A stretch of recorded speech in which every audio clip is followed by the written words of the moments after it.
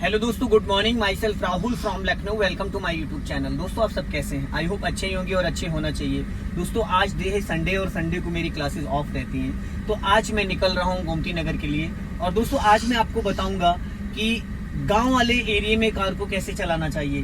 किसी काम से मैं अपनी साइड पे आया था और यहाँ पे थोड़ा सा आउट एरिया है और ये पॉलिटेक्निक चौराहे से करीब 3 से 4 किलोमीटर के आसपास है। मुंशी पुलिया मेट्रो स्टेशन से करीब 2 किलोमीटर के अराउंड। तो थोड़ा इधर आउट एरिया भी नई प्लानिंग है यहाँ पे। और मैं आपको बताऊंगा कि छोटे रास्तों पे कार को कैसे निकालना चाहिए, अपने लेफ्ट और राइट वाले ओआरबीएम को कैसे जजमेंट करना चाहिए।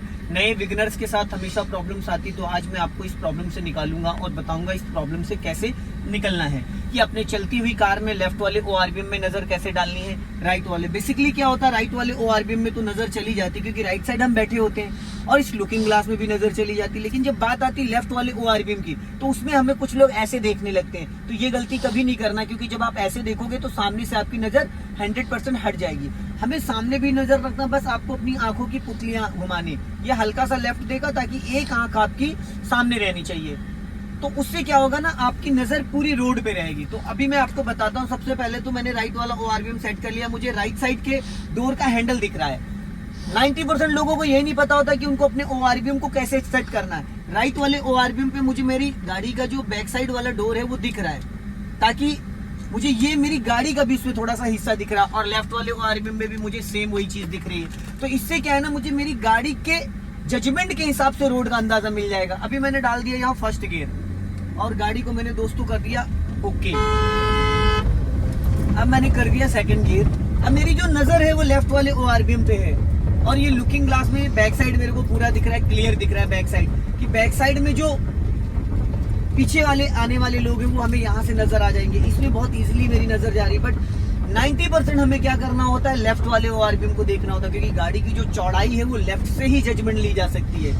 गाड़ी की लेंथ तो आपको बोनेट से समझ में आ जाएगी, फ्रंट ग्लास से समझ में आ जाएगी, लेकिन जो लेफ्ट साइड वाला एरिया ये है, इससे सिर्फ और सिर्फ आपको साइड का जो जजमेंट होता है, गाड़ी की चौड़ाई, वो हम यहाँ से जज करते हैं। सटीक जजमेंट अगर आपको सीखना है, अब जैसे यहाँ पे देखो थोड़ा उबड़ खाबड़ वाला रास्ता है, कच्चा रास्ता, ऐसे में गाड़ी को हमें निकालना है फर्स्ट गियर में, क्योंकि यहाँ पे देखो पत्थर वाला थोड़ा सा रास्ता है और कच्चा रास्ता, रोडे पड़े हुए हैं।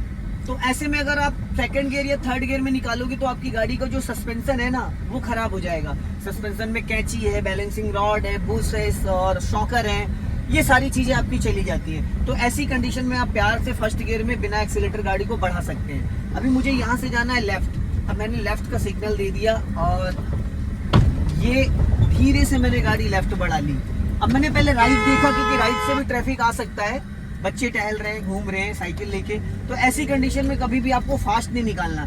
जब भी कभी आप किसी गली से निकल रहे हो और मेन रोड पे आ रहे हैं, तो आप पहले अपने राइट में देखेंगे, फिर उसके बाद लेफ्ट देखेंगे।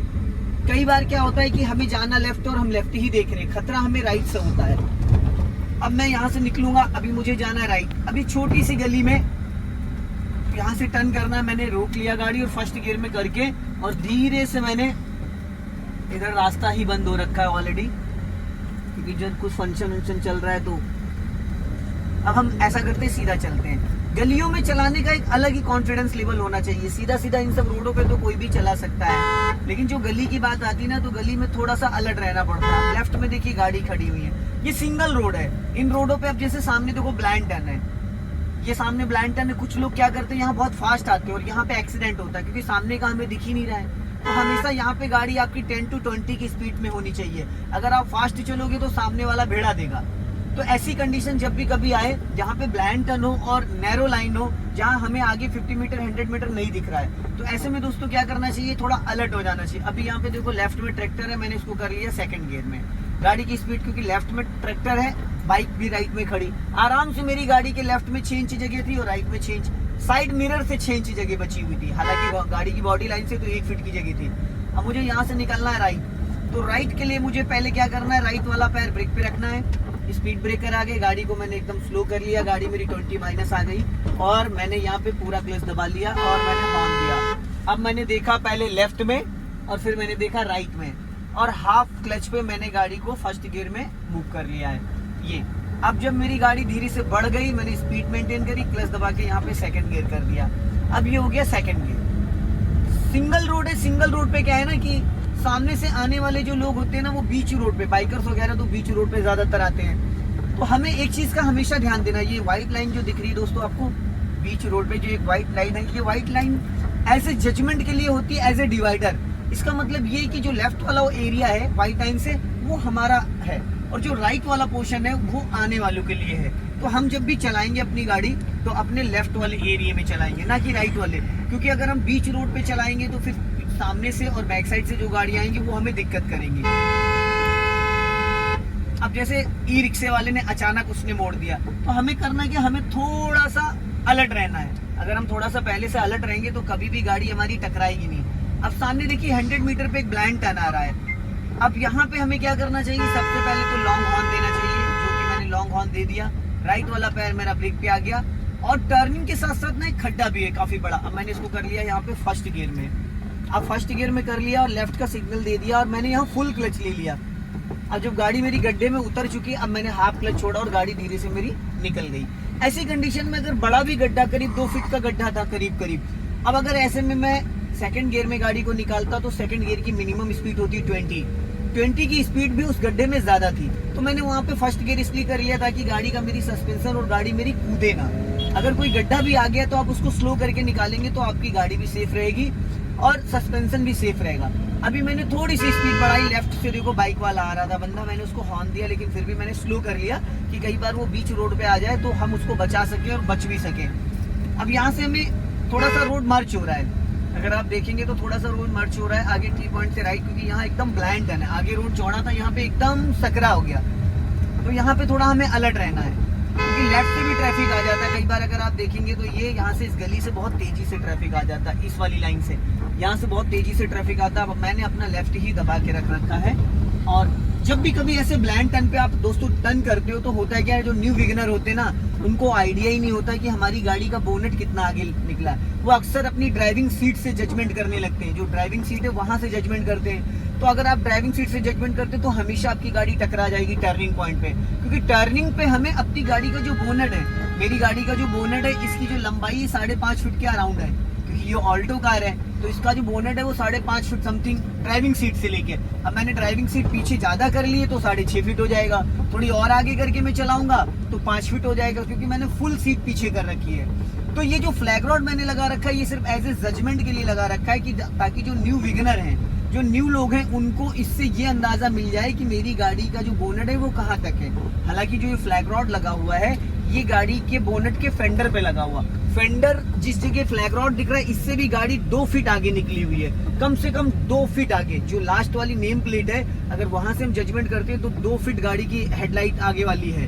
तो उसके लिए हमें थोड़ा सा हेल्प मिल जाती है, इससे एक ये अंदाजा मिल जाता है कि अब ये जो हमारी गाड़ी है इतना पोर्शन निकलने के बाद निकल सकती है। लेफ्ट वाले ORBM से गाड़ी की चौड़ाई का पूरा अंदाजा मिल जाता है। कुछ लोग लेफ्ट वाला ORBM ही नहीं लगाते गाड़ी में, पहले ऑल्टो आती थी उसमें होता ही नहीं था, और कुछ लोग उसको ओपन नहीं करते। तो दोस्तों आप बैक साइड का जो अंदाजा है वो तो यहाँ से ले सकते हो लुकिंग ग्लास से, राइट साइड का अंदाजा आप राइट वाले ORBM से ले सकते हो। लेकिन जब बात आती है लेफ्ट से ORBM की, लेफ्ट में अगर आपकी कार से कोई सटा हुआ है तो वो कहाँ दिखेगा। जैसे ये मेरे सामने एक साइकिल वाला बंदा जा रहा है, अब मैंने अभी देखना, मैं आपको बताऊंगा, मैंने इसे सटा के निकाली। अब ये देखो लेफ्ट वाले ORBM में वो मुझे दिखने लगा, लेफ्ट वाले ORBM में मुझे नजर आने लगा। और ये भी मुझे समझ में आया कि मैंने जब उसको ओवरटेक किया, जब मैं ओवरटेक करना मैंने स्टार्ट किया तो फ्लैग रॉड से मैंने जजमेंट लिया, मैंने 2 फीट का मार्जिन ले रखा था।